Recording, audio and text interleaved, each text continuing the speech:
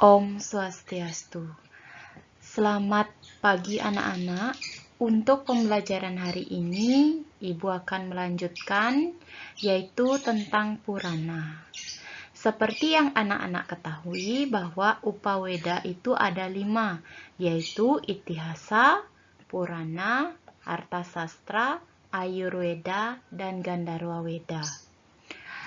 Minggu lalu Ibu sudah menjelaskan tentang Itihasa, yaitu cerita Ramayana dan juga Mahabharata. Nah, untuk pembelajaran kali ini Ibu akan menjelaskan tentang Purana, Arthasastra, Ayurveda, dan Gandharva Weda. Karena mengingat kita akan dekat ulangan umum, kemudian untuk nanti di bab 3 itu banyak terdapat materi ya, yaitu warige, tentang warige di bab 3. Maka dari itu Ibu akan percepat di bab 2 ya.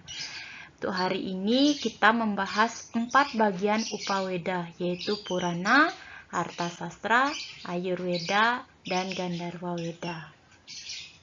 Kita mulai dari yang pertama, yaitu Purana.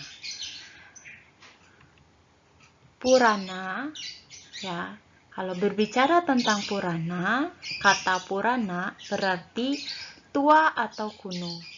Jadi Purana itu adalah jenis buku berisikan cerita dan keterangan mengenai tradisi-tradisi yang berlaku pada zaman dahulu kala.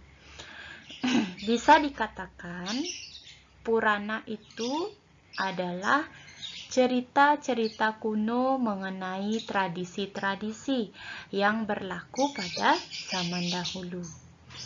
Lalu apa lantas bedanya Purana dengan Itihasa? Kan sama-sama cerita. Nah, bedanya kalau Itihasa itu lebih kepada cerita-cerita tentang kepahlawanan, ya. Spesifik dia ke sana tentang kepahlawanan. Sedangkan kalau kita lihat Purana tentang tradisi-tradisi zaman dahulu kala. Itu ya.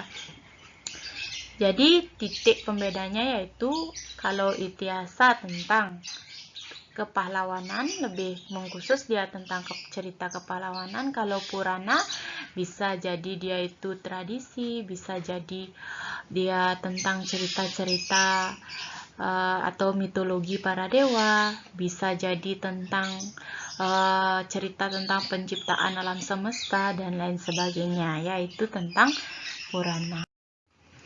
Kemudian pokok-pokok isi Purana. Apa sih pokok-pokok isi Purana? Ya, jadi pada garis besarnya hampir semua Purana memuat cerita-cerita yang tradisional. Dapat kita kelompokkan ke dalam 5 hal, yaitu yang pertama tentang kosmologi atau mengenai penciptaan alam semesta. Jadi kalau kita mencari sumber tentang penciptaan alam semesta itu dalam Purana ya. Kemudian yang kedua tentang hari kiamat atau pralaya, itu ada dalam Purana. Yang ketiga tentang silsilah raja-raja atau raja-raja Hindu yang terkenal. Nah, di sini dalam Purana juga ada tentang silsilah raja, namun yang lebih spesifik ke cerita kepahlawanan itu adalah ke Itihasa. Kemudian yang keempat adalah tentang masa Manu dan Manwantara. Yang kelima yaitu tentang sejarah perkembangan dinasti Suryawangsa dan Chandrawangsa. Nah, Ibu di sini kalau kalian masih tahap SMA ya, jadi kalau masih di jenjang SMA kalian hanya mengenal apa-apa saja yang ada dalam Purana, artinya tidak terlalu mendalami ya. Lain halnya kalau sudah dalam perguruan tinggi ya, baru mendalami sekali isi dari Purana itu. Di sini kalian hanya mengenal saja ya. Kemudian lanjut. Nah, menurut catatan yang dapat dikumpulkan, pada mulanya kita memiliki kurang lebih 18 kitab Purana, yaitu yang pertama ada Brahmanda Purana, Yang kedua adalah Brahma Waiwarta Purana. Yang ketiga Markandeya Purana. Yang keempat Bhawisya Purana. Kelima Wamana Purana. Yang keenam Brahma Purana. Yang ketujuh Wisnu Purana. Kemudian ada Narada Purana, Bhagavata Purana, Garuda Purana, Padma Purana, Waraha Purana, Matsya Purana, Karma Purana, Lingga Purana, Siwa Purana, Skanda Purana, dan yang terakhir ada Agni Purana. Nah, di sini kita tidak mendalami ya terlalu dalam ini tentang penjelasan masing-masing ke-18 Purana itu ya. Jadi kalian agar tahu saja ada berapa Purana dan apa nama-namanya. Itu saja ya, karena masih di jenjang SMA. Nanti kalau sudah ke perguruan tinggi mengkhusus baru bisa memperdalam ya. Jadi untuk di sini bisa Ibu jelaskan, di sini lebih banyak kepada bagaimana mitologi para dewa atau cerita-cerita tentang para dewa, cerita tentang Awatara. Nah, di sini ada Wisnu Purana tentang Wisnu, kemudian ada Garuda Purana tentang kendaraan dari Dewa Wisnu. Kemudian ada Matsya Purana, itu kan sudah berarti kepada Awatara, yaitu penjelmaan Dewa Wisnu turun ke dunia. Oke, selanjutnya pembagian jenis Purana. Nah, Purana itu dibagi menjadi 3 jenis, yaitu kelompok Satwika, kelompok Rajasika, dan kelompok Tamasika. Kita mulai dari kelompok Satwika. Dalam kelompok Satwika ini, Wisnu Purana menjadi dewa yang paling diutamakan. Di samping ada Wisnu Purana, ada Narada, ada Bhagavata, ada Garuda, ada Padma, dan yang keenam ada Waraha. Ya. Jadi yang ditonjolkan itu adalah Dewa Wisnu. Kemudian yang kelompok Rajasika, yaitu ada Brahma, Dewa Brahma yang ditonjolkan. Selain Brahma Purana juga ada Brahma Waiwarta, ada Markandeya Purana, Bhawisya, Wamanta, dan Brahmanda Purana. Nah, di sini yang ditonjolkan dari kelompok Rajasika itu adalah Brahma Purana. Kemudian dari kelompok Tamasika itu Dewa Siwa adalah dewa yang paling ditonjolkan.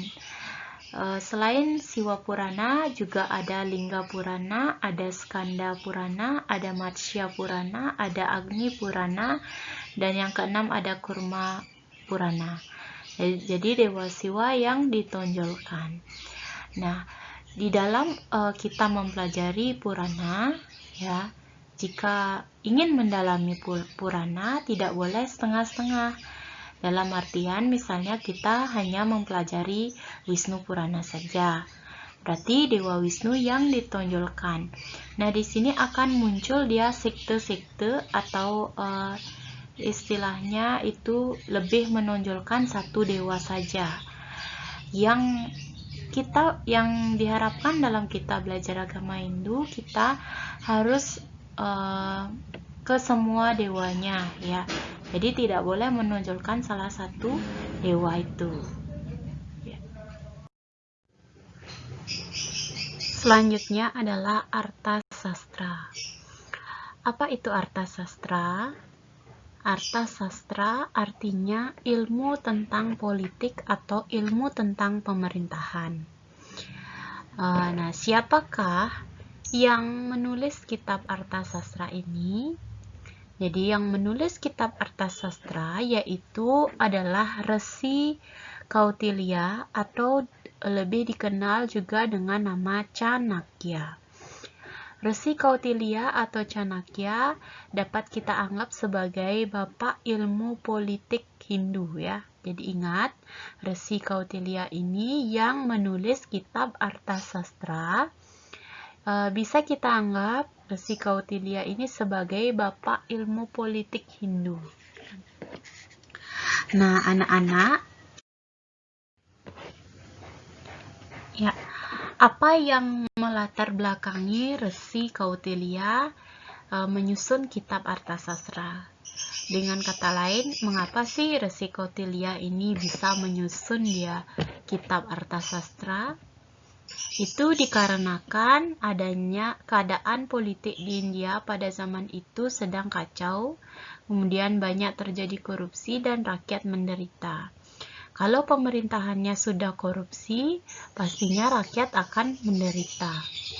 Melihat hal ini, Resi Kautilya pun berupaya untuk mengkritik pemerintahan zaman itu. Tetapi kritikan dari Resi Kautilya tidak diraukan oleh pemerintah zaman itu. Nah, maka dari itu Resi Kautilya ini masih berusaha, ya, yaitu dengan cara lain, yaitu dengan cara mendekati rakyat, membangun kesadaran rakyat agar rakyatnya itu tahu bahwa rakyat itu mempunyai hak untuk negaranya itu sendiri, ya. Jadi rakyat itu boleh menyuarakan pendapatnya. Jadi begitu, ya. Setelah itu, ya, Resi Kautilya ini dia bertekad membangun kekuatan rakyat untuk meruntuhkan kekuasaan yang korup. Jadi langkah awalnya yang diambil adalah membangun kesadaran rakyat terhadap negaranya. Itu hal yang dilakukan yaitu dengan berkeliling ke seluruh wilayah India.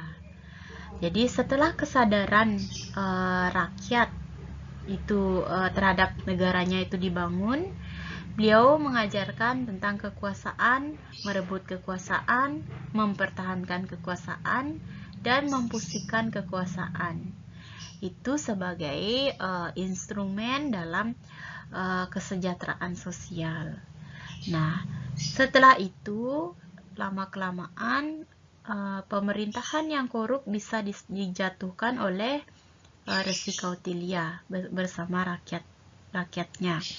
Kemudian Resi Kautilya pun menunjuk raja dari kaum Sudra, yaitu Raja Chandragupta yang namanya. Raja ini yang ditunjuk oleh Resi Kautilya untuk menjadi raja di kerajaan Asoka. Jadi semenjak Raja Chandragupta ini menjadi raja, kerajaan pun berkembang dengan pesat. Ya, tidak ada diskriminasi terhadap rakyat kecil, tidak ada kekerasan. Kemudian rakyat pun tidak menderita lagi. Ya, jadi itu Resi Kautilya ini menyusun kitab Arthasastra ini, ya, dan dijadikan pedoman oleh Raja Chandragupta dalam memerintah kerajaan Asoka. Makanya kerajaan Asoka menjadi berkembang dengan pesat akibat dari karena Raja Chandragupta memerintah dengan baik dan mengikuti ilmu kepemimpinan dalam kitab Arthasastra yang ditulis oleh Resi Kautilya. Ya, selanjutnya kita menuju ke bagian Upaweda yang keempat, yaitu Ayurveda. Ya, apakah Ayurveda sama dengan Yajurveda? Ya, otomatis berbeda, ya anak-anak. Ayurveda itu merupakan bagian dari Weda Semerti, yaitu bagian dari Upaweda. Kalau Yajurveda itu adalah bagian dari Weda Sruti, yaitu yang kalian ketahui Weda Sruti itu kan ada 4, ada Rigveda, Samaveda, Yajurveda, dan Atharvaveda. Jadi Yajurveda itu termasuk dia ke Weda Sruti, ya. Sedangkan Ayurveda itu termasuk ke Weda Semerti. Dari segi aspek pengkajiannya, Ayurveda itu adalah ilmu tentang pengobatan. Sedangkan Yajurveda itu adalah mantra tentang tata cara pelaksanaan yajna. Jelas berbeda ya. Berarti kalau di sini dalam Upaweda kalian menyebutnya Ayurveda, bukan Yajurveda ya. Nah, lanjut. Ayurveda berarti ilmu yang menyangkut bagaimana seseorang dapat mencapai panjang umur. Ya, namanya juga ilmu pengobatan. Jadi di sini ilmu yang menyangkut bagaimana seseorang itu bisa kita mencapai panjang umur. Jadi kitab Ayurveda ini menguraikan tentang penyakit, ya, pengobatan dan penyembuhan. Kemudian yang kedua, selain itu Ayurveda juga membahas tentang Buana Agung atau alam semesta. Kenapa bisa di Ayurveda kan ilmu pengobatan?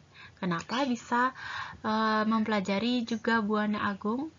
Jadi Buana Agung itu adalah tempat makhluk hidup itu hidup, ya. Contohnya tanaman yang bisa dipakai obat itu ada dalam Buana Agung. Maka dari itu kita harus mempelajari alam semesta juga, ya. Mempelajari tumbuh-tumbuhan, ya, yang bisa dimanfaatkan sebagai obat, itu ya. Kemudian yang ketiga yaitu pengetahuan mengenai biologi, anatomi, dan berbagai jenis tanaman yang dapat dipergunakan sebagai obat. Ya.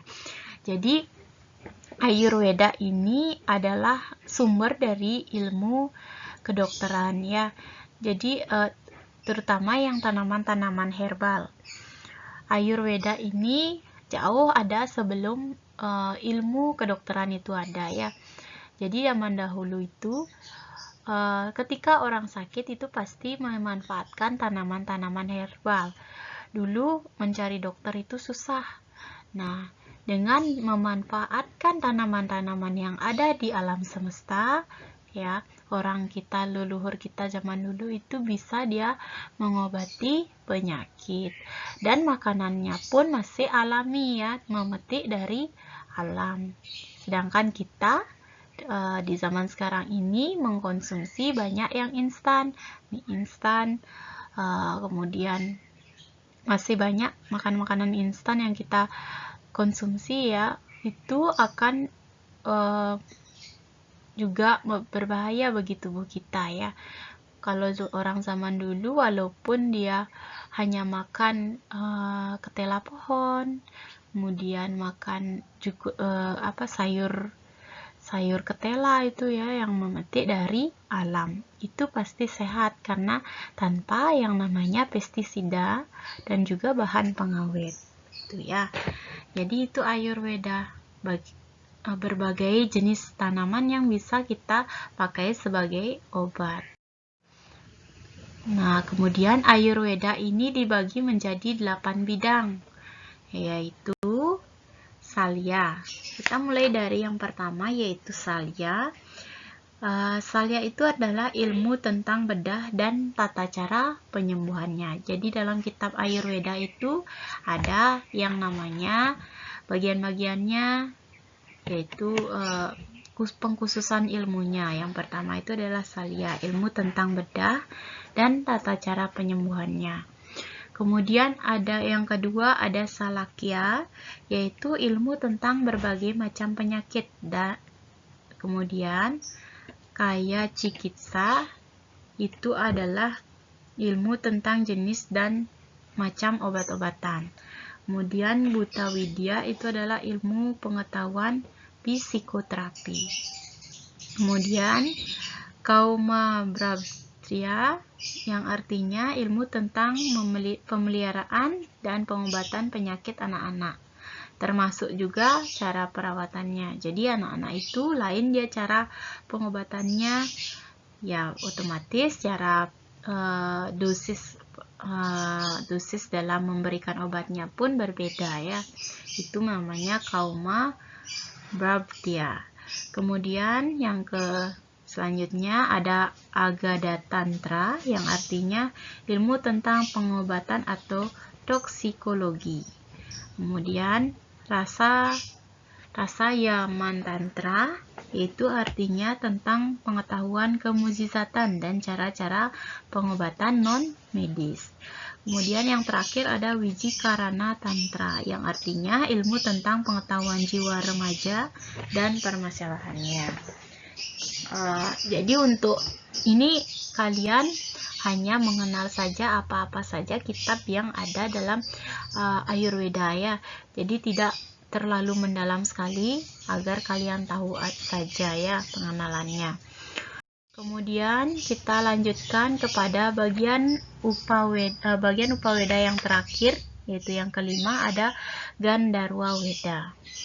Gandharwa Weda itu adalah ilmu tentang tari, musik, dan juga seni suara. Jadi ilmu tentang tari, musik, atau seni ini dalam agama Hindu kita kaitkan dengan Dewa Siwa.